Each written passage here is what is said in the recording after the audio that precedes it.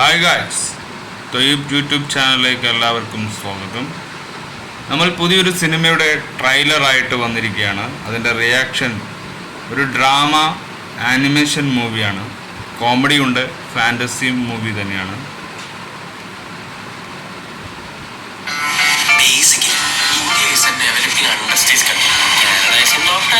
അപ്പോൾ ഇവിടെ ഇങ്ങനെ ഒരു ജോലി ചെയ്ത് ജീവിതകാലം മുഴുവൻ ജീവിക്കണം.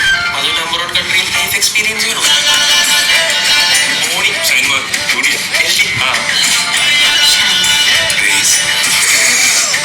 നിനക്ക് മമ്മി ഉണ്ടാക്കുന്ന ഫുഡുകളൊക്കെ ഉണ്ടാക്കിക്കൂടെ?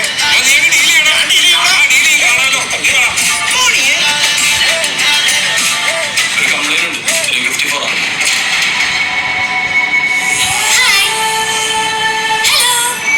തമിഴ് നടിയാണ്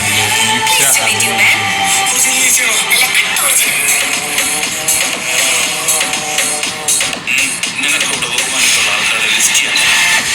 പക്ഷേ ഓരോ തടവുപുള്ളിയും സമൂഹത്തിന്റെ സൃഷ്ടികളാണ്. അറിയാതെയോ അവർ ഈ ആത്മവിദ്യാലയത്തിൽ വന്ന് പെട്ടതാണ്.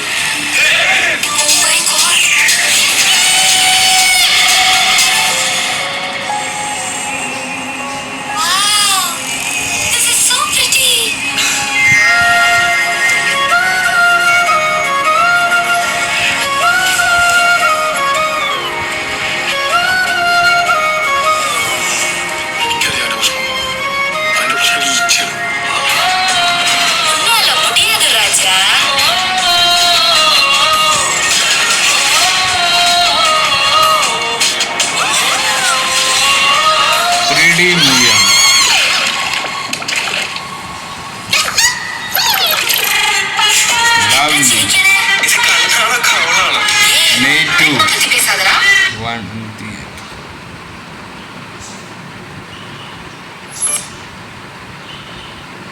ഇതിൽ അഭിനയിച്ചിരിക്കുന്നത് മാത്യു തോമസ്, പ്രശാന്ത് മുരളി, മനോജ് കെ ജയൻ, ബാബുരാജ്, അശ്വന്തി മനോഹരൻ, ജോയ്മാൻ ജ്യോതിർ, അരുൺ പ്രദീപ്, ഉണ്ണിമായ പ്രസാദ്, ശ്രീജിത്ത് രവി, രാധിക രാധാകൃഷ്ണൻ,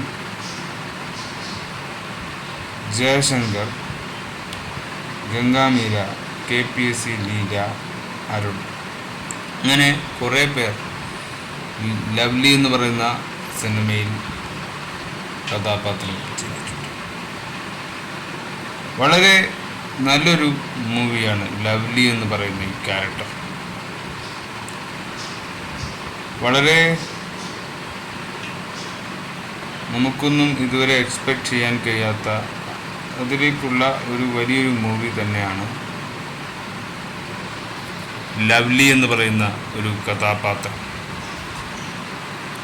മാത്യു തോമസ് നായകനാകുന്ന ലവ്ലി ഏപ്രിൽ 4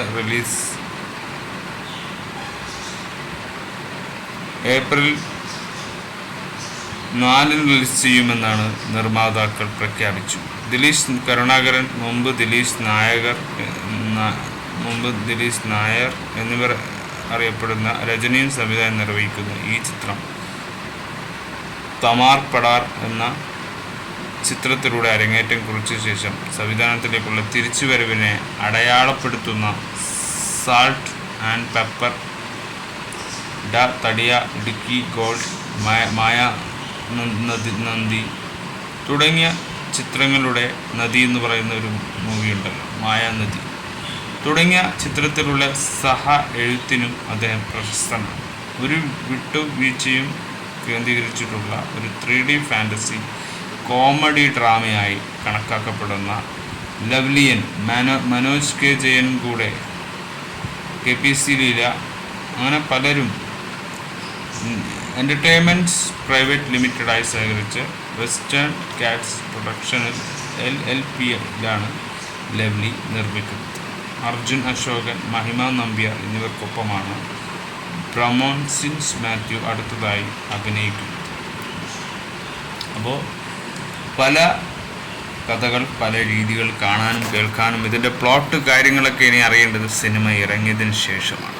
അപ്പോൾ സിനിമയുടെ ഏകദേശം ഫാൻറ്റസി കോമഡിയൊക്കെയുള്ള അത്യാവശ്യം കണ്ടിരിക്കാനുള്ള പഴയ ഈച്ച നമുക്ക് ഫീൽ വരുന്നു. ഈ നാനിയുടെ കഥ നമ്മൾ മറന്നിട്ടില്ല പ്രേക്ഷകർ. അപ്പോൾ ആ ഒരു സിനിമയുടെ ഏകദേശം അവിടെ ഇവിടെയും തൊടാതെ ഒരു ഗേൾ ഫ്രണ്ട് അതിൽ ഈച്ചയായി വരുന്ന ഒരു ഡ്രാമയാണ്. കോമഡിയൊക്കെ ഒരു ഇഷ്ടംപോലെ ഉണ്ട് ആ സിനിമയിൽ. അപ്പോൾ ആ ഫീല് നമുക്ക് കിട്ടണം, അത് നമുക്ക് തരുമെന്ന് തന്നെയാണ് പ്രേക്ഷകരുടെ പ്രതികരണം. അപ്പോൾ ആ ഒരു രീതിയിലാണ് സിനിമ നമുക്ക് ആസ്വദിക്കേണ്ടത്. ഒരു ഡ്രാമയാക്കി നമുക്ക് ഗിഫ്റ്റായി തരുന്ന ഈ ഒരു സിനിമ നമ്മൾ പ്രതീക്ഷിക്കുന്ന സിനിമയായി മാറുകയാണ്. മാത്യു തോമസ് ആണ് ഇതിലെ മെയിൻ നായകനായി വരുന്നത്. അപ്പോൾ സഹനടന്മാരായും ഒക്കെ ഇതിൽ പലരും അഭിനയിക്കുന്നുണ്ട്.